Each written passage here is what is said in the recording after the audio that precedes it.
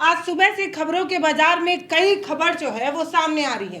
पहली खबर तो यही है कि एक बड़ी सी जहाज तेल लेकर भारत आ गई है। ईरान ने उसे आने की इजाजत दे दी कि चोरी छुपकर वो भारत में आ गया, ये आपको बताएंगे। और कई जगहों में खबरों में ये भी कहा गया कि ईरान ने भारत को पूरी तरीके से आज़ादी दे दी है कि वो हारमूज से, उस जलडमरू से भारत की तमाम शिपों को आने की इजाज़त देगा। तो आज के इस वीडियो में हम ये समझने की कोशिश करेंगे कि विश्व के या अरब सागर में भारत की कौन कौन सी शिप है जिस पर माल लदा हुआ है, वो भारत आना चाहती हैं और ईरान उसे आने की इजाज़त दे रहा है या नहीं दे रहा है, या खबर में ये जो बातें थी कि इजाज़त मिल गई है उसमें कितनी सच्चाई है। ये देखिए, एक बड़ा सा शिप, एक बड़ी सी जहाज जो है वो नज़र आ रही है। इतना भव्य, इतना बड़ा है और इसमें पता नहीं कितना टन जो है वो फ्यूल हो सकता है, ये कहा जा रहा है। और ये जो जहाज है वो ईरान से छुपकर भारत में आ गई है, ये भी बात कही जा रही है। तो ब्रिजेन, ये बताइए कि क्या ईरान ने इजाजत दी है तब ये शिप आ पाई है या छुप कर आई? देखिए, ईरान ने कोई इजाजत नहीं दी है, अभी थोड़ी देर पहले साफ हुआ है, आपको बताएंगे आगे। देखिए, ये जहाज जो है ये करीब 10 से 12 दिन बाद पहली कोई शिपमेंट है एलपीजी की जो इंडियन पोर्ट पर आई है। एलपीजी आ गया? एक जहाज, सिर्फ एक। अमूमन डेली भारत में दो शिप आती हैं एलपीजी की, जिसमें 45 से 50 हजार मेट्रिक टन एलपीजी होती है भारत की सप्लाई में। 2 शिप की जरूरत होती है और आज बहुत दिन बाद, 10-12 दिन बाद करीब ये पहली शिप आई है जिसमें 11,000 मेट्रिक टन बताया जा रहा है। अभी तक कुछ सही आंकड़े नहीं आए, लेकिन 11,000 मेट्रिक टन एलपीजी इसमें है, ये कहा जा रहा है। ये आज जो है ये आज भारत पहुंची है मुंबई पोर्ट पर 10 से 12 दिन बाद, ये पहली जहाज कोई है। तो क्या युद्ध के पहले ये जहाज निकल चुकी थी तब पहुंची है, या हाँ, ये युद्ध से पहले ईरान ने इजाजत दे दी? युद्ध से पहले ही पहुंची है, क्योंकि ये भी हम आपको इसमें मैप में दिखाएंगे कि भारत के जहाज कहां कहां पर खड़े हैं। ये देखिए, पूरा ये इलाका किस तरह से जहाजों से भरा है। ये लाइव लोकेशन है, कौन सी जहाज कहां पर खड़ी है और चल रही है, ये सारी चीज लाइव लोकेशन है। एग्जैक्ट हम बताएंगे कि भारत के इसमें से कितने जहाज कहां कहां पर खड़े हैं, तो आपको ये आपको पता चलेगा कि कब से निकले हुए और कहां पर फंस के ये पड़े हुए हैं अभी तक। ठीक है, जिस तरीके से आप ट्रेन को ट्रैक करते हैं वैसे हम दिखाएंगे कि ये एलपीजी के कंटेनर कहां पर ये इस समय पड़े हुए हैं। अभी फिलहाल भारत का ही है, नहीं, इसे पूरे दुनिया के, हम भारत के चुन चुन के बताएंगे। ठीक है, अब इसमें देखिए, हम आपको कुछ चीजें पहले दिखा दें। जैसा कि आप बता रही कि क्या ईरान, देखिए खबर चल रही थी कि ईरान, नहीं कह रही हूँ, खबरों के बाजार में कहा जा रहा है कि ईरान ने जो है वो दोस्ताना हाथ बढ़ाते हुए भारत को इजाजत दे दी है कि हम अपने सभी तेलों देखिए, जिस तरह से खबर आई थी सुबह कि ईरान ने, हमने भी सुना कि ईरान ने इजाजत दी है कि भारत के अब सिर्फ स्ट्रेट ऑफ हॉर्मुज से गुजर सकते हैं। तो अभी मुझे एनडीटीवी की एक रिपोर्ट मिली है, आप यहाँ दिखाइए। यहाँ पर मैंने पढ़ा तो यहाँ पता चल रहा है कि ईरान ने उन रिपोर्ट को खारिज कर दिया है जिसमें दावा किया जा रहा था कि तेहरान ने भारतीय जहाजों को स्ट्रेट ऑफ हॉर्मुज से गुजरने की इजाजत दे दी है। रिपोर्ट में दावा किया था कि विदेश मंत्री एस जयशंकर ने ईरान के विदेश मंत्री अब्बास अरागाजी से बात की थी और इसके बाद तेहरान ने भारतीय जहाजों को, तो ये पूरा रिपोर्ट है जिससे पता चल रहा है कि अभी फिलहाल तो ऐसा कुछ नहीं है कि ईरान ने भारत को स्ट्रेट ऑफ हॉर्मुज से गुजरने की इजाजत दे दी है। ठीक है, कहा जा रहा था कि भारत की तरफ से फोन किया गया ईरान को, फोन उठाते ही ईरान ने जो है वो बात मान ली और अब देखिए भारत में किसी तरीके की कोई किल्लत नहीं होगी, ना तेल की, ना डीजल की, ना किसी तरीके की।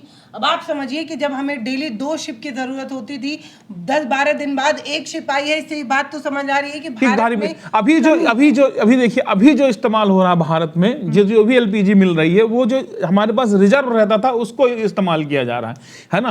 पहले रनिंग स्टॉक इस्तेमाल किया जाता था, अब जो रिजर्व पड़ा था वो खोल दिया है, तभी सरकार ने ये एलपीजी को एसेंशियल कमोडिटी एक्ट में डाला है। ठीक है, ये एनडीटीवी की रिपोर्ट है।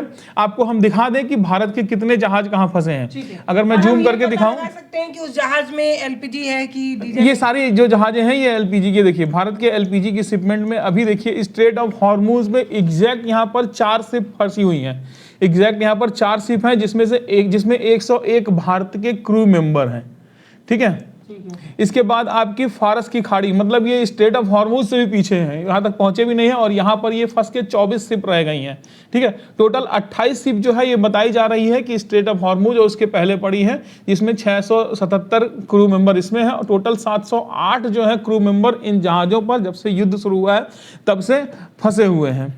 यानी कि जैसे ही ईरान ने इस बात को कहा कि स्टेज ऑफ हॉर्मूज से जो है वो सिप जाने नहीं देंगे, तब से वो सच में कोई सिप जाने कोई नहीं सिप दे जाने रहा दे। है। आपको हम इन आंकड़ों पे भी ले चलते हैं, यहाँ से आपको एग्जैक्ट पता चलेगा। मैं ये दिखा रहा हूँ लाइव डाटा जो है कि कौन सी सिप कहाँ पर है। आप अगर इसमें देखेंगे तो एक सिप है ये, फिलहाल एक एक सिप का मैं दिखाता हूँ आपको। ये मैं बताऊंगा कि किस तरीके से आम आदमी भी देख सकता है कि कौन सा सिप जो एलपीजी लेकर के भारत के लिए निकला है, ये भारत से कुवैत एलपीजी लेने के लिए जा रहा था, वो अभी तक पहुंचा नहीं है, वो कैसे फंसा हुआ है। देखिए ये है जगत विराट, ये जगत विराट आपको यहां पर दिख रहा है, इसकी ये फोटो भी है और इसकी डिटेल है। ये लास्ट पोर्ट जो है एस्टिमेटेड टाइम ऑफ डिपार्चर जो दिखा रहा है, ये 19 फरवरी को भारत से चला था ये शिप। देखिए आपको यहां दिखाएंगे कि हल्दिया इंडिया से 19 फरवरी को ये शिप निकला था और इसको पहुंचना था यूएई पे, है ना। ये यूएई पे जा रहा था एलपीजी लेने के लिए और 11 मार्च को इसको यूएई में पहुंच जाना था। लेकिन अभी भी ये देखिए, अभी ये अरब की खाड़ी में खड़ा हुआ है, अभी ये अंदर तो घुस भी नहीं पाया। ये यहां से निकला है लेकिन अभी तक यहीं पड़ा हुआ है। ये एक शिप है। इसके बाद एक शिप और मैं दिखाता हूं आपको। ये शिप है BW लॉयल्टी शारजा यूएई से 7 मार्च को निकला है एलपीजी लेकर के भारत के लिए, ठीक है। यहां पर ये शिप खड़ा है और इसको भारत पहुंचना था, लेकिन ये जो है अभी पर वहीं पर खड़ा हुआ है, ये निकल नहीं पाया है। इसके बाद आपको बता रहे हैं, ये देखिए प्रदीपगढ़, यहां पर आप देखिए, यहां आपको जूम करके दिखाइए।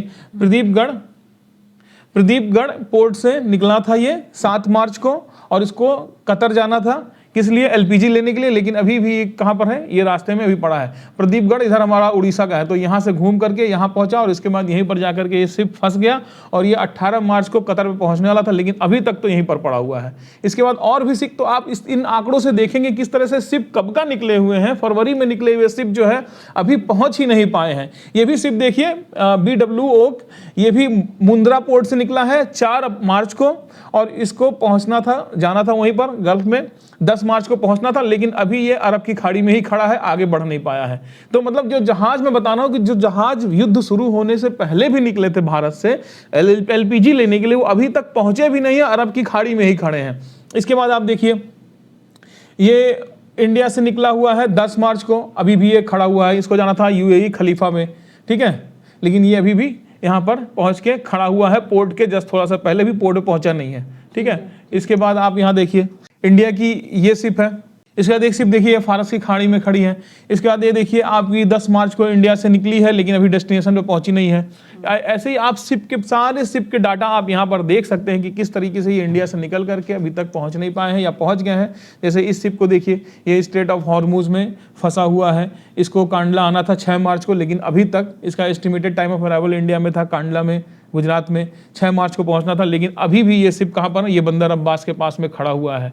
तो ये सारे शिप जो हैं हम आपको दिखा रहे हैं, ये वहीं पर फंसे हुए हैं। इंडिया के जग विक्रम फंसा हुआ है, ये सारे वो शिप हैं जो फंसे हुए हैं अभी वहां पर। मैं आपसे ये समझना चाह रही हूँ कि हम लोग ये जो शिप का डेटा देख रहे हैं, ये कोई सेंसिटिव डाटा तो नहीं है? नहीं, ये सेंसिटिव डाटा नहीं है, ये बिल्कुल पब्लिक डाटा है। जिस तरीके से हम ट्रेन को ट्रैक करने के लिए दुनिया भर के ऐप आते हैं, जिस तरह से आप प्लेन की किसी भी प्लेन की, पैसेंजर प्लेन की लाइव लोकेशन देख सकते हैं, कार्गो प्लेन की लाइव लोकेशन देख सकते हैं, तो उसी हिसाब से ये जो है ये शिप की लाइव लोकेशन, चाहे वो पैसेंजर शिप हो, चाहे वो कार्गो शिप हो, चाहे एलपीजी, चाहे एलएनजी, चाहे कोई भी शिप हो, उसको देखने के लिए इस पे दिखाइए।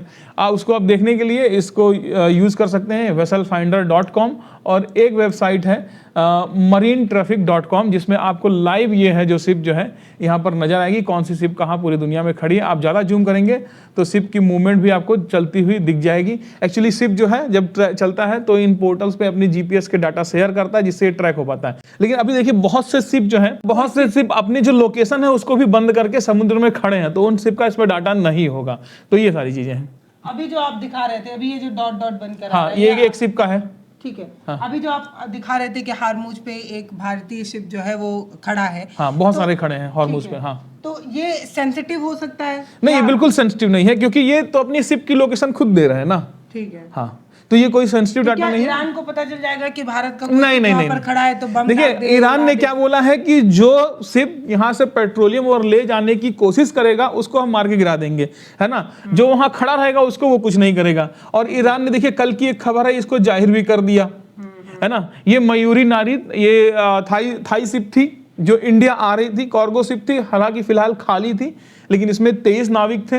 तो ईरान ने इसको मार के गिरा दिया। क्यों? क्योंकि ईरान की सेना की तरफ से बार बार चेतावनी दी जा रही थी और इसको अनसुना कर दिया इसने। ये जाने लगा तो ईरान ने इस पर हमला करके मार के गिरा दिया, जिसमें से 3 नाविक अभी पता नहीं है, 20 को फिलहाल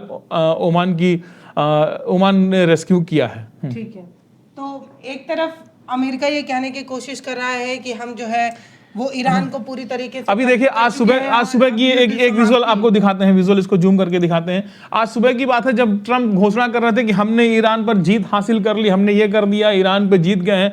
उसके थोड़ी देर बाद की खबर थी कि ईरान ने अमेरिका का एक शिप जो है उसको मार के गिरा दिया, जिसमें पेट्रोलियम था। हाँ, ये देखिए, ये उसका धमाका ये है जो इसका विजुअल आज सुबह जारी हुआ था। तो ये खबरें हैं। तो ईरान ये साफ कर रहा है कि वो अमेरिका के आगे ना झुका ईरान है, ये ना साफ झुकेगा। कर रहा है कि अमेरिका के आगे हम झुके नहीं हैं। ट्रंप ने बोला है अपनी शिप्स को ले जाने के लिए कि आप डरिए मत ईरान से और लेके निकलिए, और ईरान ने जाहिर कर दिया कि भाई आप लेके नहीं निकल सकते जब तक मैं नहीं चाहूंगा। ये स्ट्रेट ऑफ हॉर्मूज मेरा है और यहाँ सिर्फ ईरान का सिक्का चलता है, और यहाँ से कोई शिप जो है बिना ईरान की इजाजत के गुजरने नहीं देगा, चाहे वो ट्रंप हो, चाहे अमेरिका हो, चाहे कोई हो।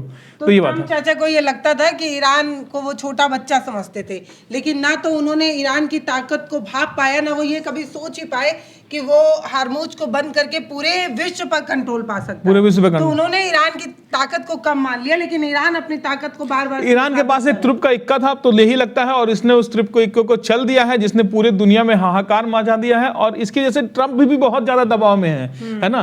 स्ट्रेट ऑफ हॉर्मूज बंद कर दिया ईरान। सबकी अर्थव्यवस्था डगमगाने लगेगी जब डीजल फ्यूल ईंधन नहीं मिलेगा। जी।